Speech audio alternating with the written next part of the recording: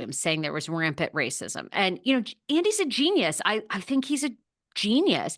He goes, well, I don't produce that show anymore. I'm not her. I can't say from her experience, but look at all the things we've done now.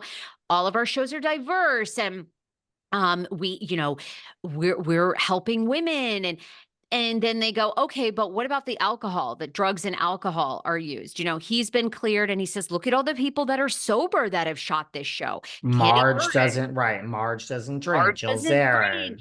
I mean, he has an answer for everything. How do I feel about Leah McSweeney? I don't know. I told you this. I know somebody that's very close to her. They say that she really does have a case. I think she has a I don't case. know. Don't get me wrong, girl. You got to have proof, though. I mean, okay, you think, well, you're an attorney. Well, Why? her attorney and Brandi's attorney, although Brandi hasn't sued, but Garagos and Freeman and Leah's attorney have said, okay, well, we very much look forward to reading the actual reports of the investigation during discovery, which this is a lawsuit by Leah. So this will be asked for in discovery. So I think we as the Bravo viewers, look, there's no question in my mind that things are documented here somewhere. Do I understand? Like the lawyers are saying like, oh yeah, there's a really thorough investigation. And like, why would you not even reach out to like the complaining parties?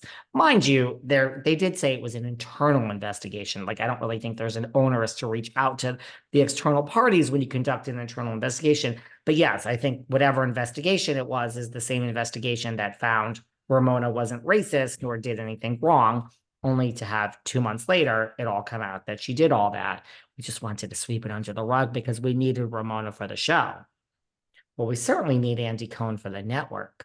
I mean, there are people out there that are just, it's kind of like, did you ever watch Scandal, Shondaland?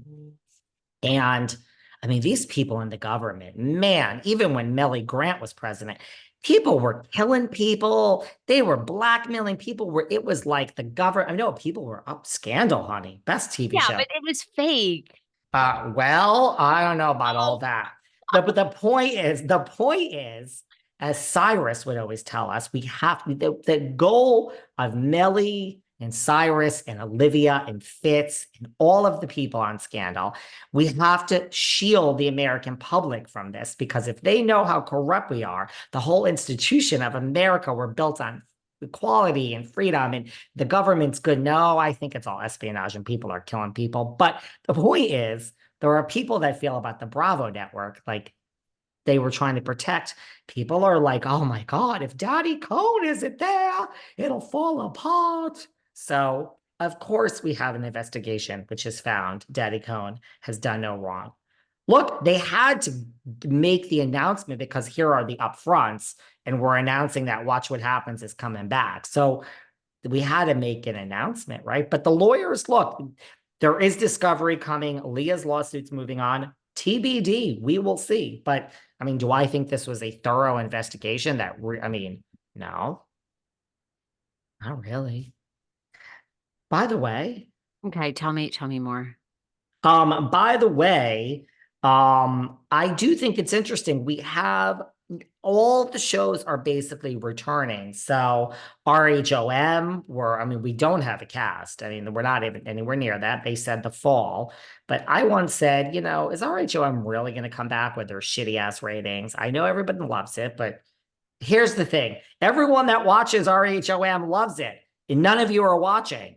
Well, apparently it's coming back. Everything's apparently coming back, except I think they're playing a game on us. There's no Vanderpump Rules on the list. So we have this finale, which seemed like a series finale. I don't know if you watched it yet, where they said, these were the best. They took this theme song and they slowed it down. These are the best. And they showed a 10-year ago Sheena and a 10-year ago Schwartz and a 9-year ago Lala. They showed the kids and they said, these are the best days of our life. Everyone's saying it felt like a series finale. It did feel like a series finale. Bullshit. You're playing games. And Vanderpump Rules was not on the list of upfronts of shows coming back. Which doesn't mean it's not coming back. It's just not. I think they're playing Alex Fashion and Evolution. And I think they're playing a big old game on us. There's no series finale with the ratings like this. I think maybe Vanderpump Rules as we know it is changed forever. We'll get into Ariana taking it off her bio, but I think they're toying with us of, y'all say you don't know where the show is going to go next. Well, let us make you think it's over and let's see how much you really want this. I think it's working. What do you think? I love that theory. I think I'm with you. I think that sounds great. I think that sounds great. We have a little scare that it's over now, right? Because that's how it felt. I think I think this chapter, this decade is over. Miss Maddox has taken it off her bio, Vanderpump Rules. It's off the bio. Well, you can only fit so much on an IG TikTok bio, and she's got a lot cooking. Something About Her is just weeks away from opening.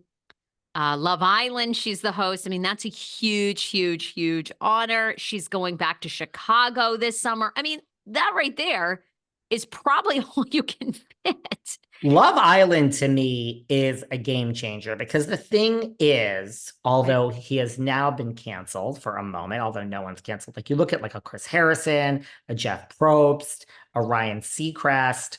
I mean, Nick and Vanessa are still hosting Love is Blind. Like, this is a real gig. Now, it didn't work out for Modern Family Sarah Hyland too well, but this is a real gig that Ariana could do for like a decade, which is, I mean, could you imagine? It's like Lisa Vanderpump. You're on there, you're fighting with Dorit, you're fighting with Kyle. Goodbye, Kyle. And the next thing you know, you're the mother of them all coming in on your own show that it's titled after you for 3 minutes and making more money than the whole cast. It's a dream job. I mean, could you imagine going from not wanting to film scenes with your ex who cheated on you and dealing with all this drama to just being like, I make over $1 million to show up and host this game show, this competition where there's no drama on me. I'm the star with a 5-star trailer. I mean, Ariana is now the star of the damn show. So I mean, this could be a game changer. This could be decades and decades if she hosts this well. This is a real job, which Kelly and Ryan and Kelly and Mark, and I mean, it's a real hosting gig, right? Yeah, and to your point, it's a big deal. It's a big deal because there are just so few people now that get tapped to do those, and it really is just a circulation of Mario Lopez.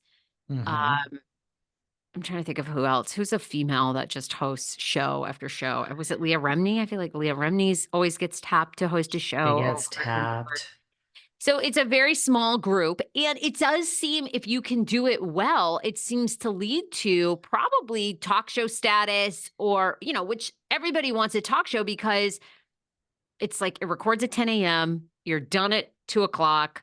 You don't have to travel anywhere. There's no, you know what I'm saying? It's the dream of all dreams and you get paid extremely well.